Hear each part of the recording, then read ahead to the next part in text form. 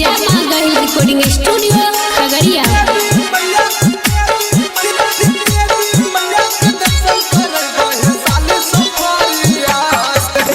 DJ Vikas Bettiah mix by Ranjit Rana.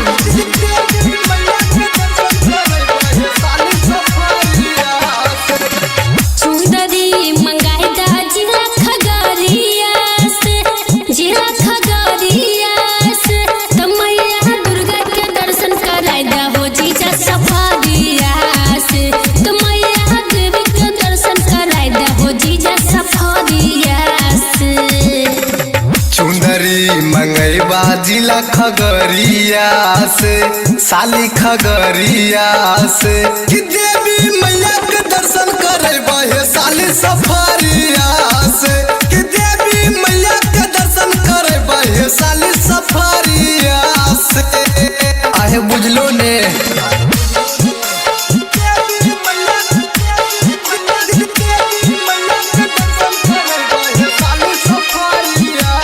Mix by Ranjit Rana. DJ Vikas Bettiah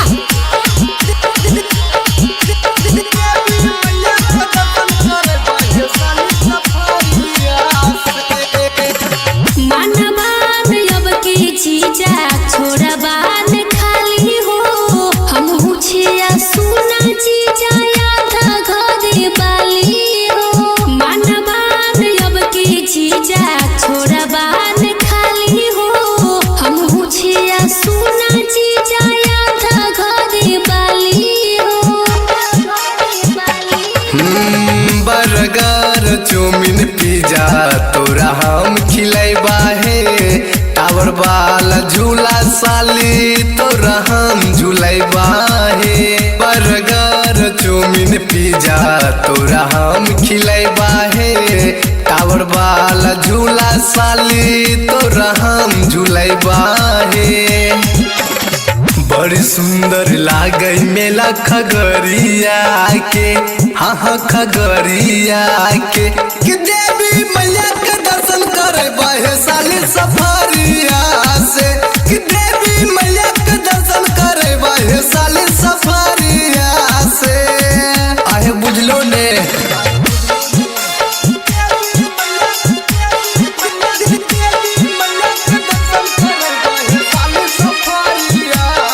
mix by Ranjit. DJ Vikas Bettiah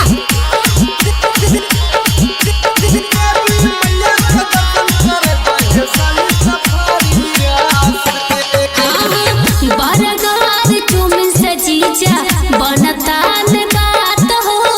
बाली होठल लाली जीजा पायले बसात हो। बरगार चौमिन से जीजा बनता ने बात हो। बाली होठल लाली जीजा पायले बसात हो। पायले बसात बाली होठ लाली साले पायल देवा साथ हे। चाहे कतनो रुपया उड़तई काटा बनई बाती हे। बाली होठ लाली साले पायल देवा साथ हे।